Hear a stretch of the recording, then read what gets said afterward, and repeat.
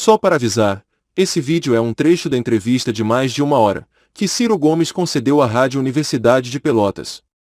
O radialista perguntou o que Ciro Gomes acha do Tasso Gereissati e da Simone Tebet. O Tasso eu conheço, o Tasso é um quadro precioso, né? Nós trabalhamos juntos, nós começamos juntos, ele tinha 36 e eu 26 anos, quando nos enfrentamos os coronéis do Ceará, que no Ceará não era coronel, maneira de dizer, não era coronel mesmo. 3 coronéis, Adalto Bezerra, César Caus e Vigílio Távora, que eram coronéis do Exército, e que diziam da vida e da morte do Ceará, e nós começamos ali, enfrentamos isso, o Estado do Ceará mudou profundamente, é um precioso quadro da vida brasileira, muito rico, muito rico e exitoso empresário, por isso tem uma concepção diferente da minha, das coisas, não é? Embora seja uma pessoa que tem espírito público. A senadora Simone Tebet, eu falo pelo pai. O pai era um grande brasileiro, o senador Ramos Tebet era uma pessoa honrada, muito séria, muito patriota, foi meu amigo e tal. A ela eu não conheço muito de perto, não sei o que ela pensa sobre essas grandes questões que nós tratamos aqui, mas a turma que está produzindo isso, infelizmente, quer fazer uma cara nova para manter tudo como está. Ela terá a oportunidade de dizer se vai ou não. São coisas práticas, eu acho que devia ter um questionáriozinho. Autonomia do Banco Central, vai manter? A autonomia do Banco Central é o seguinte, vai manter a direção do Bolsonaro. Então nós vamos revolucionar o Brasil e eu chego lá, presidente do Brasil, e quem manda na taxa de juros é o Bolsonaro. Tenha paciência comigo, não, Violão. Então não tem clareza, isso aí vai acabar. Serão demitidos no primeiro dia. Então vamos perguntar para ela o que é que ela pensa disso. Então, política de preço da Petrobras. Política de preço da Petrobras é um assalto à mão desarmada que se faz em homenagem ao acionista minoritário, que tem seus direitos. Mas o lucro da Petrobras, explorando o monopólio, é de 38% ao ano, uma das grandes petroleiras globais ganham 6, 7% de lucro ao ano. 38. E distribuído antecipadamente. Só esse trimestre, Cleiton. Esse é um país sangrado. Nosso povo está sendo roubado de forma protocolarmente protegida, porque o poder político se vendeu para essa gente. Aí você diz assim, mas e o Lula tem alguma coisa? Infelizmente, de novo, a mesma coisa. Por que nós demos essa prevalência ao acionista minoritário? Porque nós entregamos 60% do capital não votante da Petrobras ao acionista minoritário. Quem é o acionista minoritário? Os bancos. Quem fez isso? O Lula. Debates, olha aqui, debates de televisão, especialmente rádio, televisão, etc. Há 3 meses praticamente da eleição, pouca coisa a mais. Ciro Gomes está querendo muito a presença de Lula e Bolsonaro. Se não, é um desacato ao povo. Percebe? O debate é a ocasião em que a gente, sem a proteção da marketagem, as musiquinhas infernais, que são todas pensadas para produzir simpatia, aquelas coisas de câmera lenta, um sorrisão que dá vontade de você perguntar, tá rindo de quê, porra, né? eu fico pensando no povo, né? Que você vê aqueles cartazes da gente assim. Né, parece, às vezes eu fico pensando, rapaz, faz um retrato mais moderado. Não, sorria, não, rapaz. Eu acho meio insultuoso, eu fico pensando no meu cartaz numa casa de madeira, na beira do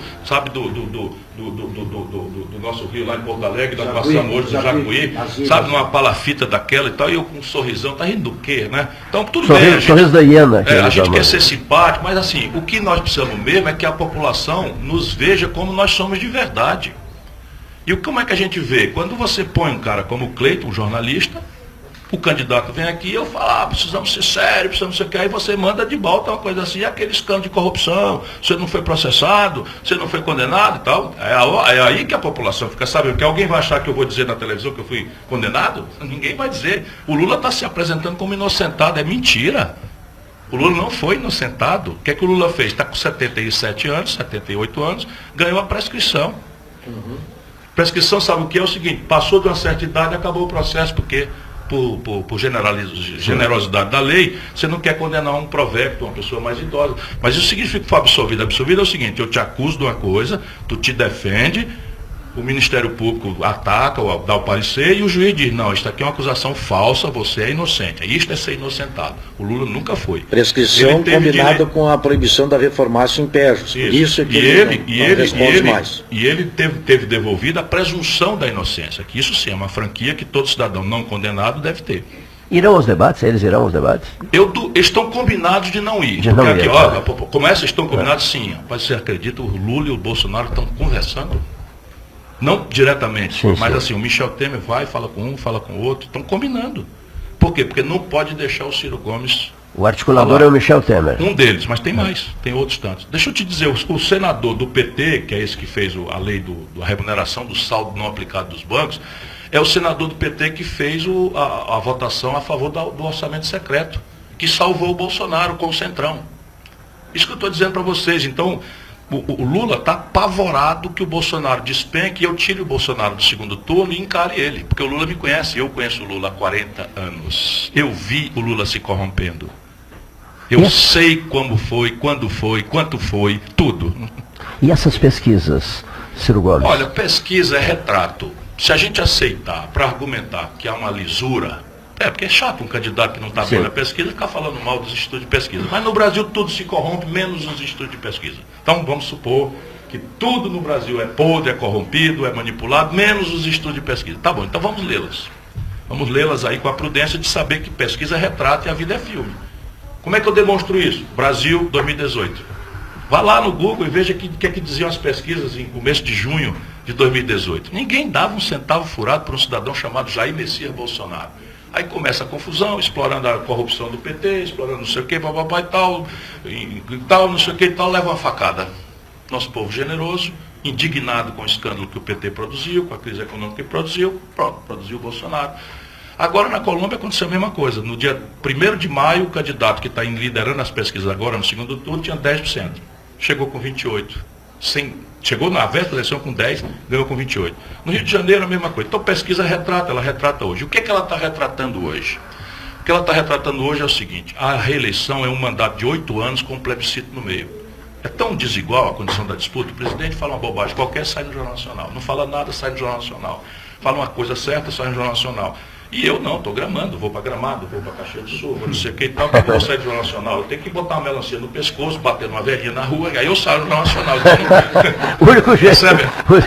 Então, está tudo certo, não tem problema, não estou me queixando, estou explicando como é que as coisas são. Então, o que está acontecendo no Brasil? Pela primeira vez, mas já tem ciência política nos Estados Unidos, de onde nós copiamos esse absurdo, parece que esse plebiscito é hostil de forma irreversível ao Bolsonaro.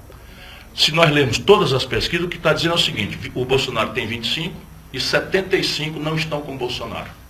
Então parece que o Bolsonaro é o cavalo perdedor destas eleições. Não se sabe ainda se será no primeiro ou no segundo turno. Mas o Lula, que é o eterno candidato a presidente da vida brasileira, desde sempre, sem faltar nenhuma eleição, é isso que eu preciso chamar a atenção do jovem brasileiro. Caramba, em 1989 nós redemocratizamos o Brasil, o Lula é candidato a presidente. O Brizola ganhava do Collor, o Covas ganhava do Collor, só um cara perdia para o Collor. Lula foi lá e se impôs como candidato, porque não sei o quê. Eu me lembro disso, esse salto alto dele eu me lembro, que eu já era jovem prefeito de Fortaleza, votei no Covas no primeiro turno e no segundo turno apoiei o Lula. Eu vi a arrogância com que o PT se comportava e tal, e perderam para o Collor feio. E o Brasil está aí, indo para brejo, desde então dessa irresponsabilidade do Lula. Pois bem, o Lula, com toda essa exibição, mentiu para o povo que era candidato de dentro da cadeia ontem, não foi em 2018, ele não anunciou para o povo, até 22 dias antes da eleição, mentindo descaradamente que era candidato, para explorar essa gratidão do povo e tal. Pois bem, com toda essa exibição, o Lula é 100% conhecido, amado, odiado, enfim, idolatrado, tem um bolsonarismo boçal, igualzinho o Lula petismo boçal. O Lula pode bater na mãe, chamar Jesus de palavrão, correr nu na rua e todo mundo mito, e tal, porque é isso aí, mas é 15% de um lado e do outro. E nós temos que livrar o Brasil desses fanatismos. Então repare, o Lula com tudo isso aproveita 45. Ora, 25 com 45 dá 70, cadê os outros 30? Lendo a pesquisa, supondo que elas são honestas. Então tem 30% que pelo primeiro corte não aceitam esta polarização. Eu já tenho 12 desses 30. Trata-se de buscar o resto. Tentaram o Luciano Huck, tentaram o Mandetta, tentaram o Moro, tentaram a Dória, tentaram não sei o quê. E quem está aqui resistindo bravamente, lutando, com paciência, com humildade, sou eu. Vamos tentar a Simone Tebet agora, vamos dar esse passagem, vamos saber quem é, vamos compreender, ver o que ela pensa sobre as políticas todas e tal. E de qualquer forma ela é fora dessa coisa. Então vamos lá, está funilando. Está funilando e o amigo está aqui. Estou aqui na luta. Onde é que eu estava em 18? Eu estava aí, ó. Não Lula e não Bolsonaro. É onde eu estou hoje. Onde é que os outros estavam? Onde é que os outros estavam? O Dória era Bolsonaro. O Eduardo Leite era Bolsonaro. A Simone Tebet, não sei porque não votou. O Alckmin era Bolsonaro. Está tudo aí. Então vamos lá. Se depois eu entender o que está acontecendo nessa pesquisa, um passo adiante, que é o que eu sou profissional, você vai ver o seguinte, e está todo mundo nos ouvindo, dos 45 do Lula, 15, ou seja, 1 de cada 3 eleitores que estão dizendo na pesquisa que votam no Lula, tem uma razão para votar no Lula: ódio ao Bolsonaro.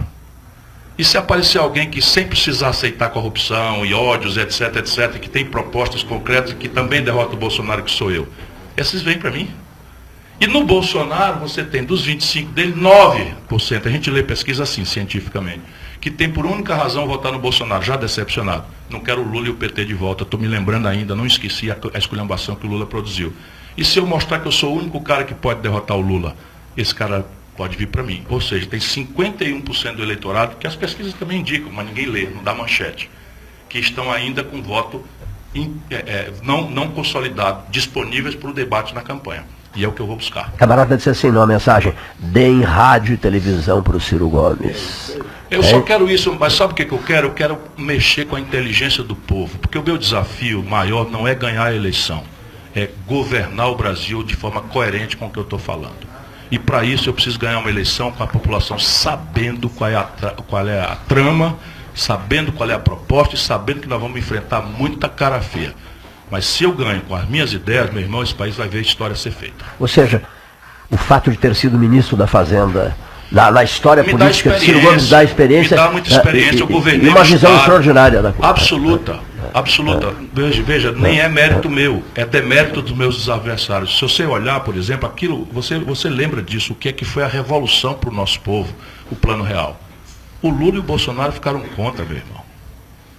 Olha aqui, eu tenho uns documentos aqui, o Lula na televisão. Hoje em dia qualquer pessoa busca no Google, o Lula ficou contra o Plano Real. E eu que me dou com todo mundo, liguei para ele. Eu liguei para ele: Lula, para de falar bobagem, isso é uma revolução, nós estamos acabando 30 anos de superinflação. Esses teus assessores são um bando de maluco. Para de repetir isso, manda eles olharem o que aconteceu em Israel, no Chile, na Argentina. E entra na defesa do plano e diz que o problema não é a inflação, o problema é o desenvolvimento do país. Isso é um truque para vocês ganharem a eleição. Tá bom, Lula, então vai, né? Então, liguei para ele, ficou contra. O Bolsonaro contra o Plano Real. Eles se igualam. Sim, nós vamos ter que sair já, mas eu estou a responder rapidamente o que o pessoal está pensando lá, agora nos ouvindo. Tá, mas dá para governar sem o toma lá da cá, sem o Centrão? A pergunta deve começar por: e dá para governar com eles? Vamos olhar a história do Brasil. O Collor governou com essa gente e foi cassado. O sucessor do Collor, Fernando Henrique Cardoso, governou com essa gente e o PSDB foi destruído. Nunca mais de lá para cá ganhou uma eleição nacional. Aparentemente nem condição de candidato vai ter hoje. O Lula governou com essa gente e foi parar na cadeia. A Dilma governou com essa gente e simplesmente foi cassada. O Michel Temer governou com essa gente e foi para a cadeia. E o Bolsonaro está desmoralizado governando com essa gente. Sabe quem escapou? Itamar Franco, que não governou com essa gente. E é dessa trempe que eu venho. Agora, quer dizer que é simples e trivial? Não. Nós temos que tomar 4 providências e um gesto. O gesto é: eu não quero me reeleger. Se eu conseguir viabilizar a reforma, eu troco a reforma que o país precisa pela minha própria reeleição. Eu acabo com essa impertinência e dou exemplo a partir de mim mesmo. Nunca quis ser reeleito governador do Ceará, só para dar exemplo prático. Nunca perdi uma eleição lá, nem as federais, nem as para presidente da República, mas nunca quis voltar ao governo do Ceará porque considero impertinência. Então, acaba a reeleição. Quando acaba a reeleição, tem que tomar 4 providências. Encher o saco dos ouvintes, dos radialistas, dos jornalistas, com propostas. Proposta. Para quê? Para encerrar essa mentira de que existe salvador da pátria. O que existe é a ideia, a corrente de opinião em que a gente pega junto e a gente só pega junto se tiver cumplicidade. Então, eu vou propor um projeto. Se eu escapar da pancadaria, escapo eu e a ideia. Isso diminui muito a distância entre um presidente que quer reformar o país e um Congresso atomizado. Tem o lado bandido do Congresso? Tem. Mas isso não é o problema. O problema do Congresso brasileiro é que ele é uma espécie de federação municipalista. Ninguém julga aqui embaixo um bom deputado pelos grandes votos e belas falas que ele faz lá. Infelizmente, a gente julga o bom deputado se ele traz uma escolinha, se ele traz uma ponta de calçamento, um saneamento básico, e isso é da vida. E eu mesmo, ex-deputado federal, mais votado proporcionalmente do Brasil. Então, conheço isso por dentro, fui deputado estadual 2 vezes, fui prefeito, manejei vereadores, fui governador, manejei deputados, e eu sou do ramo. Então, a primeira providência é propor ao povo e estabelecer uma relação plebiscitária programática. Segundo, propor nos 6 primeiros meses. Se o Fernando Henrique propõe uma reforma do país nos 6 primeiros meses, diz assim, olha, eu preciso disso ou o real vai para o vinagre, você lembra, ele passava tudo. Porque ele não propôs nada. Para a gente culpar o Congresso, ele não propôs nada, nada mesmo. E o Lula, que propôs? A reforma da tomada de 3 pinos. A única reforma que o Lula fez pelo país para ficar permanente foi a tomada de 3 pinos, porque eu desafio quem me diga qual foi a mudança institucional que o Lula introduziu na vida brasileira. O sistema tributário que nós estamos esculhambando é o mesmo. O sistema tributário, o sistema previdenciário é o mesmo. O sistema político é tudo igual, a mesma coisa. Ele não mexeu em nada. Por quê? Porque não tinha concepção. Então, propor ao povo, propor na primeira hora, naquela hora mágica do poder máximo do presidente. Agora, a chave de inteligência de como é que vai ser diferente. Ao invés de eu negociar com os deputados, espremidos pela sobrevivência deles, ou pela desonestidade deles, eu negocio com os deputados junto com os governadores e prefeitos. Redesenhando o Pacto Federativo destruído. O que é isso? O Rio Grande do Sul, posto de joelho, obrigado a assinar acordos impossíveis de serem pagos. Chamo o Vieira da Cunha, nosso governador, se Deus quiser, na data, e digo, meu irmão, como é que é? Traz tua bancada do Rio Grande para a gente amadurecer essa reforma aqui, e em troca eu te dou a reestruturação das finanças do Rio Grande do Sul. Isso é muito forte. E por fim, o que remanescer de impasse, eu chamo um plebiscito. Ou seja, chama o povo para votar diretamente. Eu acho que só vai ficar como impasse a reforma tributária. Mas aí nós teremos 6 meses para amadurecer isso num grande e generoso debate. Todas as partes terão sua opinião publicadas e nós vamos então chamar o povo para resolver diretamente.